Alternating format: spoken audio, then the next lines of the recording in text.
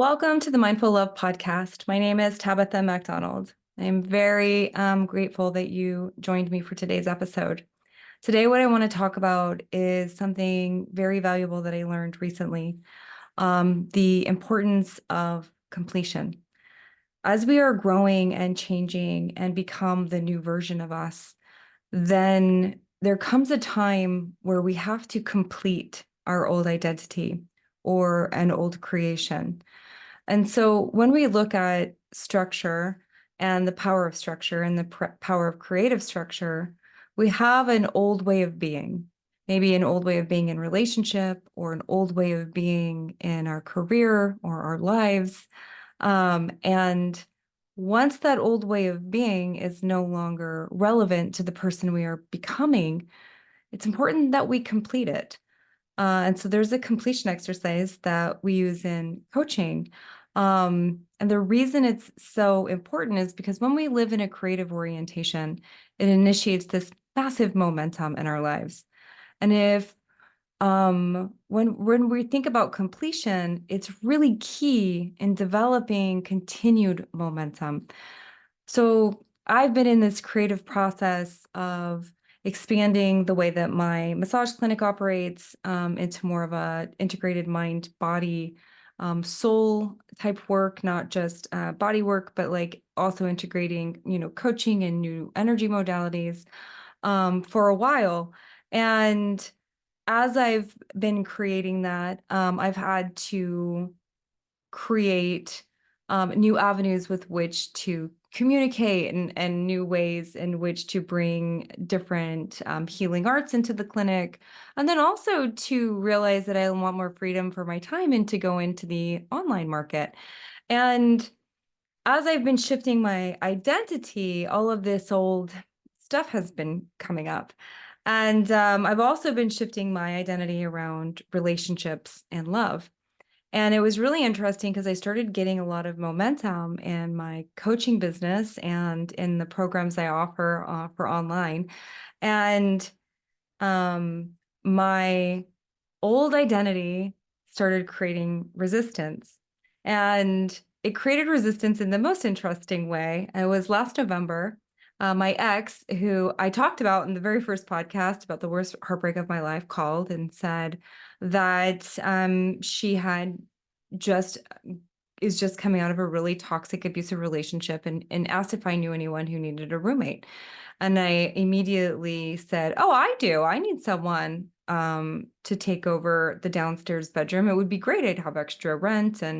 Um, and so what I looking back, I realized I was in momentum. And because I wasn't taking time to complete as I was moving, my old identity was saw this like big window into my life. And I remember even saying to my friends, I said, "Oh, better the devil you know than the devil you don't." And I'm not saying she's the devil, like that's just a term, right? So like it was, my unconscious was saying, "I already know how to survive that person. I don't know how to survive someone new. So let's invite them in." And my intuition was a strong, absolutely, no way, don't do that.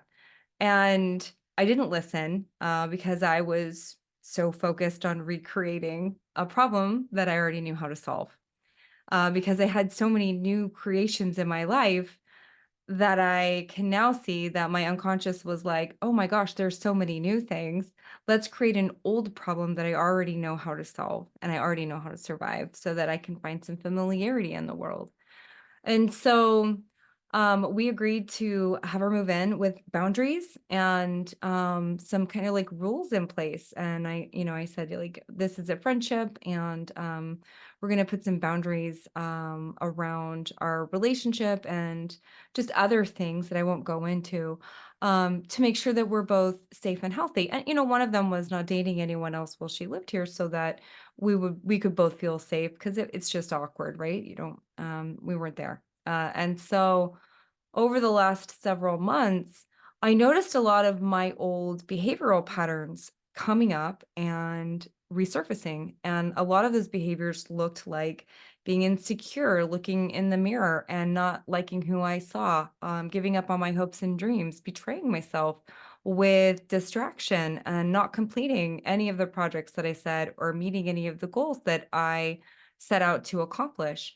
And I realized that I was living in an old structure, not my new structure. I pulled myself right back into an old structure of distraction, of lack of focus, of focusing on someone else. If only this person would do this, then I could feel this, like ring true of codependency. And I started feeling worse and worse, and I couldn't tell what was happening because I wasn't on the outside of it. I was too inside of it. And I noticed in my body, because my body started hurting all of the time. And I started eating worse and drinking more and watching more TV. And I completely stopped going to the gym.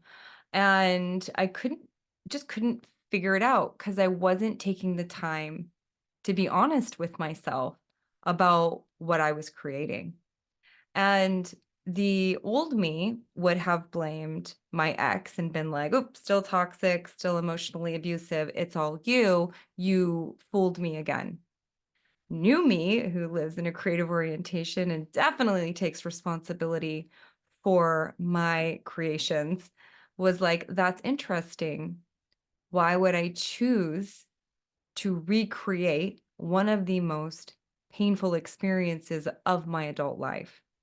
Because I was reliving it, like, the level of pain that I felt when certain things came to light, in our current situation was almost as intense as the original experience, and I was very grateful because I have the tools now, to handle them, and I worked through them, um, and the most interesting part was, why didn't I what why didn't I see it? Why didn't I stop it?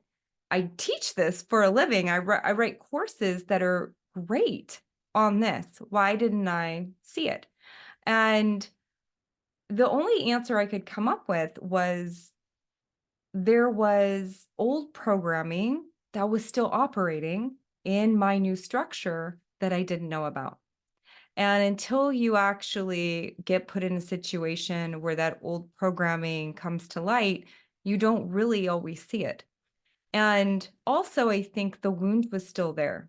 And I think that as much as I thought I healed that wound, I do believe that I covered part of the wound up. And I never really actually healed it. It was kind of seeping my energy under the surface. And it came to a not so pleasant ending, and there was a lot of boundary violations. And the interesting thing is that I said, I have these boundaries and this is important to me. And I knew how to construct the boundary. I knew how to speak the boundary, and I knew how to hold the boundary, but I didn't know how to keep the boundary and to take action when the boundary line was crossed, because the boundary line was crossed pretty quickly. And instead of me taking swift action and saying, "Oh, I said if this boundary was crossed, we would have to terminate our living situation and move on." Instead, I just kept letting the boundaries be crossed. And that was on me because I didn't take the action I said I would.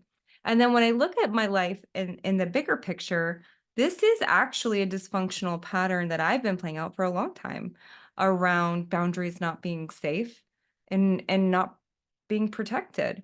And that does come from growing up with sexual abuse. I mean, I think that a lot of people who've endured sexual abuse don't understand boundaries. We don't know how to put them up, and we certainly don't feel safe um, holding people accountable to those boundaries and following through with the consequences.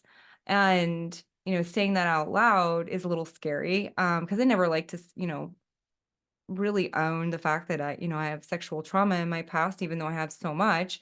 Um, but I feel like it's important for me to really discuss that right now, because there's a lot of people out there who don't understand why they have a hard time with boundaries and relationships. And they've been a little scared to process through some old, or even to admit that they have sexual trauma. And I think that that is one of the biggest consequences of sexual trauma is lack of boundaries and also not to feel safe in your body. And so, when we're looking at our journey as a human and relationships, and especially the relationship that we have with ourselves, it really forced me to take a look and go, where am I not having boundaries with myself? And where am I not holding myself accountable to those boundaries? I say I want this, healthy body, but I'm not taking all of the action to create it. And I say I want this amazing online, beautiful business, but I'm not letting anybody know I have it. And, I say I want this healthy, loving relationship, romantic partnership, but I moved in a person who I know I could never have that with. So I saw basically all of my dysfunctional patterns playing out in one big, beautiful season finale, is what I'm going to call it. Because today, this person moved out, and originally there needed to be this kind of like fight, this disagreement, like, you're wrong, I'm right, you hurt me, I'm the victim. And as she was leaving today, I went up to her and I said, I want you to know that I harbor no negative feelings towards you because I know I created this. Like I take full responsibility. I set boundaries up and I didn't hold either one of us accountable to them. I see you and have always seen you for who you are capable of being, not for who you are right now, and that's not fair. And when um I didn't wanna own my part of it. I wanted to blame her old patterns instead of seeing my old patterns for the truth of what they were.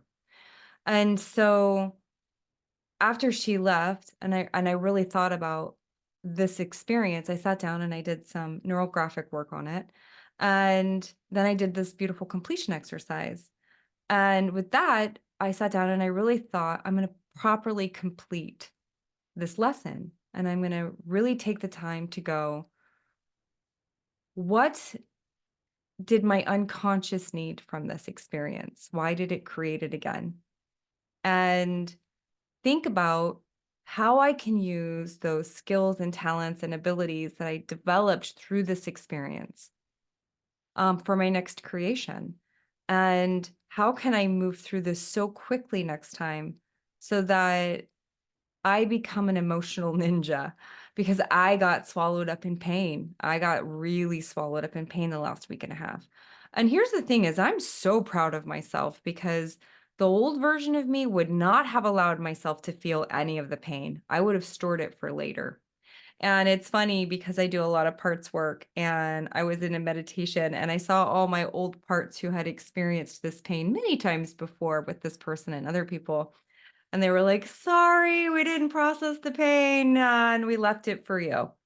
And I think of it kind of like emotional debt. Like, when you don't have the money to do something and you put it all on a credit card, and then future you not only has to pay off that credit card bill, but all of the interest accrued, especially if it was a high interest card, right? And so now you're paying for stuff you might not even have anymore.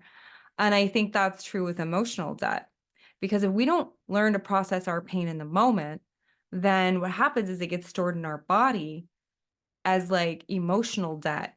And the bigger the pain, the higher the interest rate. And so I could see all of the pain from the past relationships, specifically with her in mind, that I never allowed myself to fully process because what I would do is the pain would get so great, I would just take her back. And then I would make excuses for all of the behavior, hers and mine. And I would say, okay, let's just make this be over so it doesn't hurt. But what I did was I just stored all of that pain in my body. And it came at a very high interest rate because in order for me to feel it all this week, I had to really stop what I was doing. I had to be in the pain. And there was a lot of crying, there was a lot of meditation, there was a lot of release work, and I did some somatic work and breath work. And I have so many tools in my tool basket now, and I am so grateful to have a conscious community of people who I can turn to for help and vulnerability and for love and compassion and guidance, and also honesty, who will tell me the truth and of holding me accountable to the creations that I put in motion through my choices. Um, so I'm completing this relationship, and not specifically with this person, but this relationship story that people betray you, that people will always manipulate you, and that they can't be trusted. Because that was the story and the pattern that I was creating over and over again, even to the point of betraying myself, betraying my dreams, um, not holding boundaries to myself in order to make sure that those dreams were coming into the world. Um, and so that's part of the completion process. And so then we want to refocus, right? Part of the completion experience is an opportunity to assess our creative process, and we can evaluate what worked and what didn't work, and how you might want to approach the next creation. And you will also be able to decide how true your end result is to you, and whether or not you want to adjust what you go for in the future. And so I think because I've been working on this end result of a healthy, loving, romantic partnership, um, the universe tested my foundation to see, how much do you really want it? And are you willing to let go of the old identity of someone who needs to be betrayed, of someone who only, you know, is around people that they can't trust, um, where boundaries are rejected instead of embraced?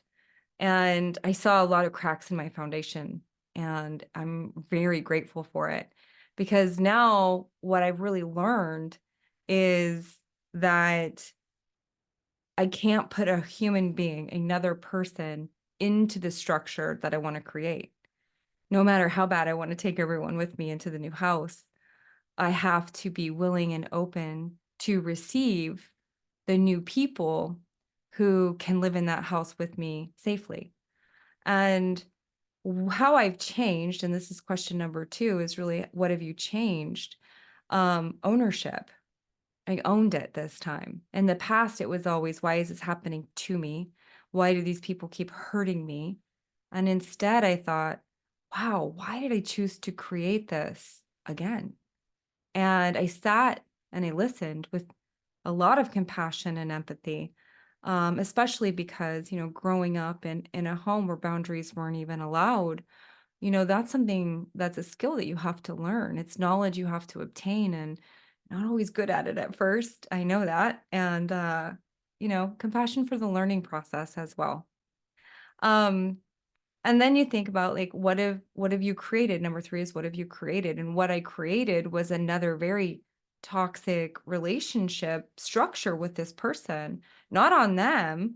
I was equally involved in the toxicity of, you know, holding someone to a vision that wasn't true for them yet. Maybe it's possible, but that's not fair to do to people, to hold them to who they're capable of being. I mean, it makes me a great coach because I can see you in all of your genius, um, without the dysfunctional patterns. But in relationship in the real world, it makes it challenging because people want to be loved for who they are right now, not who they're capable of being.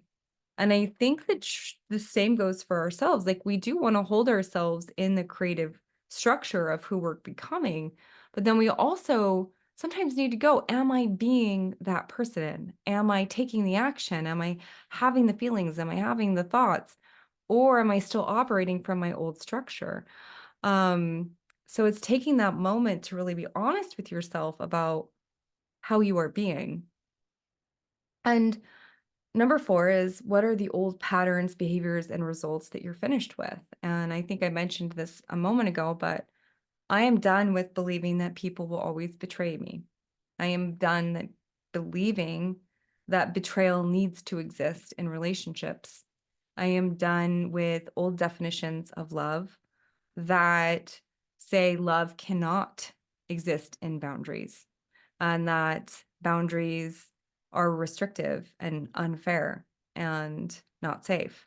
And I'm also leaving the behavior of trying to save everyone and take them with me on my journey. I am still had a little bit of the hero complex coming up of I have so many tools, everyone will want them, and I'm so capable of helping so many people. Maybe I'll just try to save everyone. And the truth is, nobody needs saving. Everyone's already perfect exactly as they are. It's either they fit in the structure that you're creating or they don't. And it's not good or bad or right or wrong. It's just, do the behaviors of this person fit into the structure of your life that you are creating? And for me, that's a no. And um, also learning that my behaviors were also not fitting in the structure of the life that I was creating.